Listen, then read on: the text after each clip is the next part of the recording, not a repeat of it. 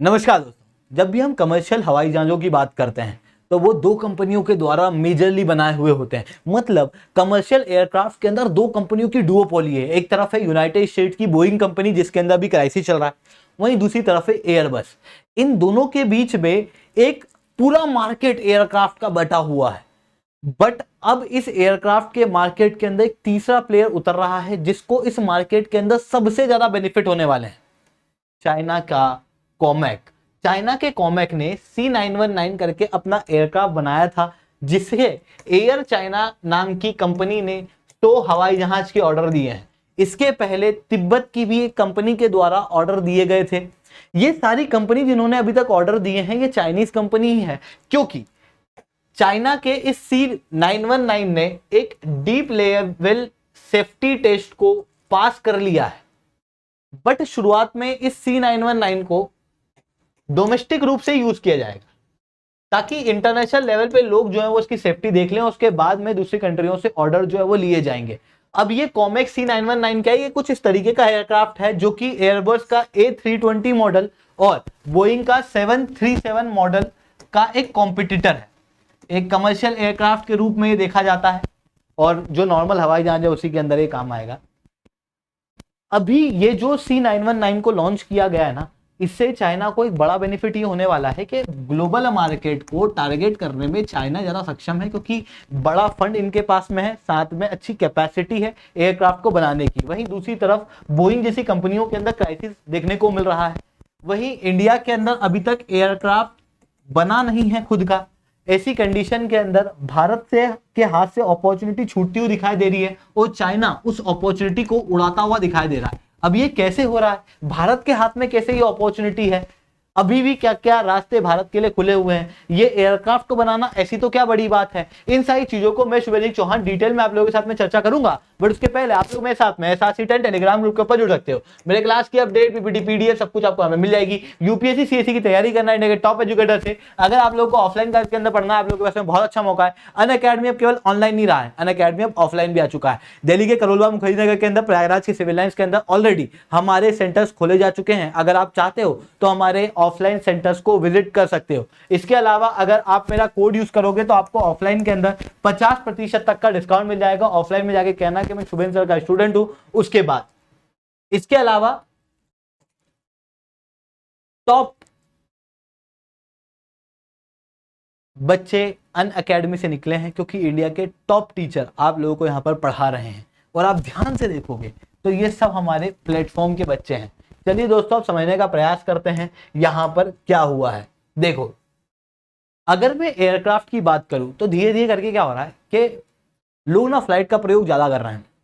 अब जब फ्लाइट का प्रयोग बढ़ रहा है तो उसकी वजह से हवाई जहाज की डिमांड भी बढ़ रही है। इसे ऐसे महसूस करो कि पहले आपके परिवार में से कितने लोग हवाई जहाज में बैठे थे, तो आप पाओगे कि यार आपके पापा वगैरह ज्यादा कोई हवाई जहाज में बैठा नहीं है। मतलब आप खुद बैठते हो तो वो खुश हो जाते हैं कि अरे यार मतलब हवाई जहाज में बैठ के आ गया, हम भी बैठेंगे, है ना। मतलब पहले इतना हवाई जहाज का भारत में प्रयोग नहीं था, क्योंकि इतनी प्रॉस्पेरिटी नहीं थी, क्योंकि फास्टेस्ट मोड ऑफ ट्रांसपोर्ट की इतनी आवश्यकता भी नहीं थी उस समय पे, है ना। इतना ग्लोबलाइजेशन वगैरह नहीं था। इवन अलग अलग राज्यों के अंदर इतना माइग्रेशन भी उस समय पे नहीं हुआ करता था, जिसके कारण से उस समय पे फ्लाइट की इतनी जरूरत नहीं थी।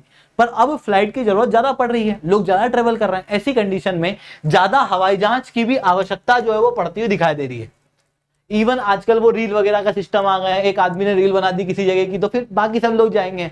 किसी ने बना दिया कि भाई बाकू बहुत सस्ता है तो बोले कि हम भी जाएंगे फिर। तो इस कारण से भी क्या हो रहा है कि हवाई यात्रा की डिमांड बढ़ रही है। और क्योंकि हवाई यात्रा की डिमांड बढ़ रही है तो ऐसी कंडीशन में एयरक्राफ्ट की भी मांग बढ़ रही है। आप यहां पर क्लियरली देख सकते हो कि मार्केट के अंदर कितने कम हवाई जहाज हैं और कितनी ज्यादा डिमांड हवाई जहाज की देखने को मिल रही है। ऐसी कंडीशन में हवाई जहाज का ठीक से मेंटेनेंस नहीं हो पा रहा है, जिसके कारण से जो ऑलरेडी हवाई जहाज है वो भी खराब होना है।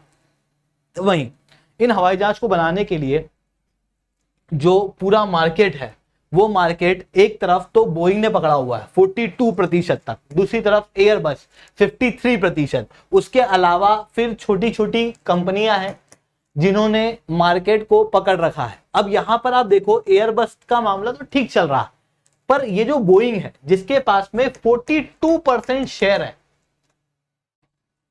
एयरक्राफ्ट को बनाने के। एक तरफ तो डिमांड बहुत है, दूसरी तरफ सप्लाई में भी इशू है। क्यों? क्योंकि बोइंग जो कंपनी है ना, उसके अंदर क्राइसिस चल रहा है। क्राइसिस क्या चल रहा है कि अचानक से ढेर सारी डिमांड आने के कारण, ढेर सारे ऑर्डर आने के कारण ये क्वालिटी को मेंटेन नहीं कर पा रहे हैं। क्वालिटी को मेंटेन नहीं कर पा रहे हैं तो कई सारी वीडियोस वगैरह आप देखोगे जहां पर बोइंग हवा के अंदर ही जल गया। 2018-19 के अंदर 346 लोगों की मौत हुई थी बोइंग के अंदर, क्रैश होने की वजह से या फिर कोई एक्सीडेंट होने की वजह से। इन सारी चीजों के एलिगेशन के चलते बोइंग के अंदर जो टॉप ऑफिशियल्स हैं उन्होंने भी रिजाइन कर दिया था।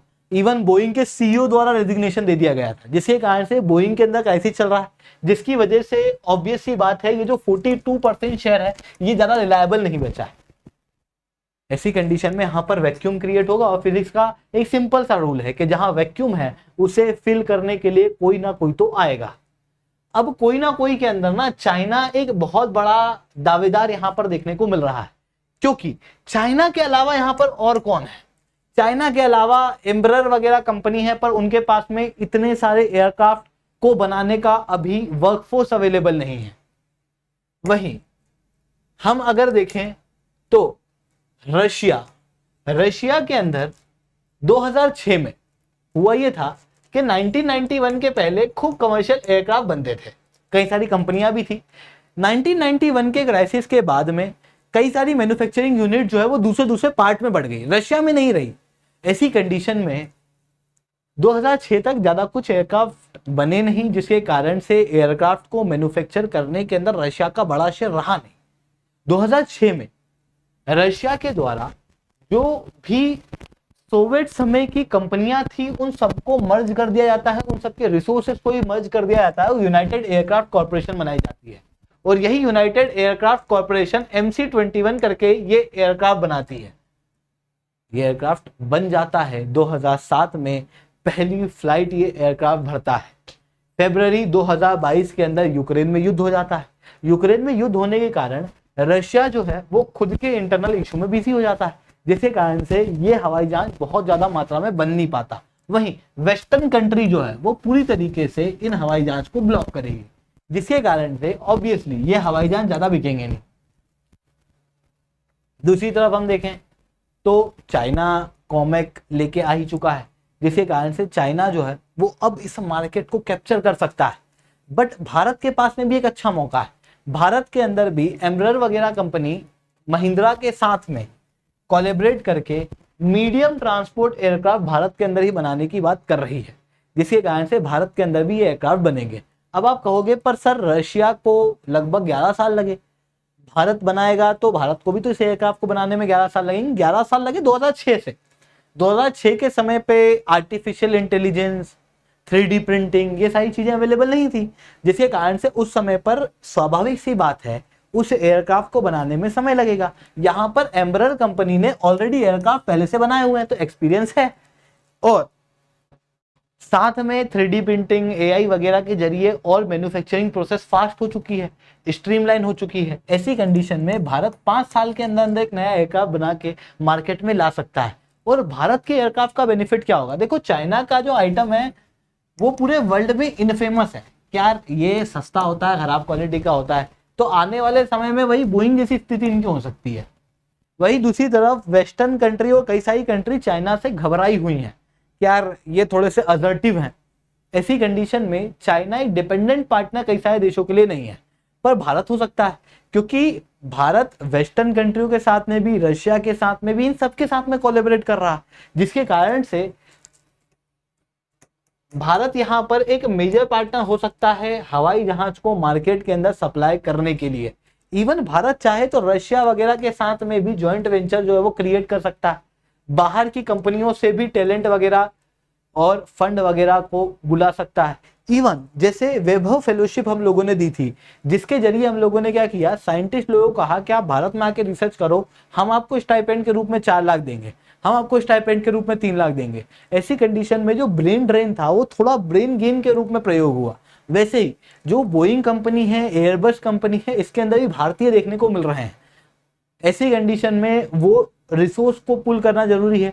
भारत के अंदर ऑलरेडी कई सारे IITs वगैरह के अंदर एरोस्पेस करके एक इंजीनियरिंग ब्रांच खोल दी गई है, बट अभी भी एक लॉन्ग वे है, कई सारे लोगों को और काम करना बाकी है। ऐसी कंडीशन में भारत को इन चीजों के ऊपर ध्यान देना चाहिए ताकि ये जो एयरक्राफ्ट का मार्केट है हम इसको कैप्चर कर सकें, और जो एयरक्राफ्ट अभी तक हम इंपोर्ट कर रहे हैं आने वाले समय में उसे हम लोग एक्सपोर्ट कर पाए पूरे वर्ल्ड को। तो वो चीजें हम लोगों को यहाँ पर देखने को मिल रही हैं। आई होप आप लोगों को ये बातें समझ में आई होंगी। लेक्चर अच्छा लगा तो लाइक करना, लेक्चर बहुत अच्छा लगा तो नीचे SRC10 कमेंट करना। यूपीएससी सीएससी की तैयारी करना इंडिया के टॉप एजुकेटर से अगर आप लोगों को ऑफलाइन क्लास के अंदर पढ़ना है तो दोस्तों आप लोगों का बहुत अच्छा मौका है। अनअकैडमी अब केवल ऑनलाइन ही रहा है, अनअकैडमी अब ऑफलाइन भी आ चुका है। दिल्ली के करोलबाग मुखर्जी नगर के अंदर, प्रयागराज के सिविल लाइंस के अंदर ऑलरेडी हमारे सेंटर्स खोले जा चुके हैं। हमारे सेंटर कुछ इस तरीके दिखता है, अगर आप चाहते हो तो आप बिल्कुल से हमारे सेंटर को विजिट कर सकते हो।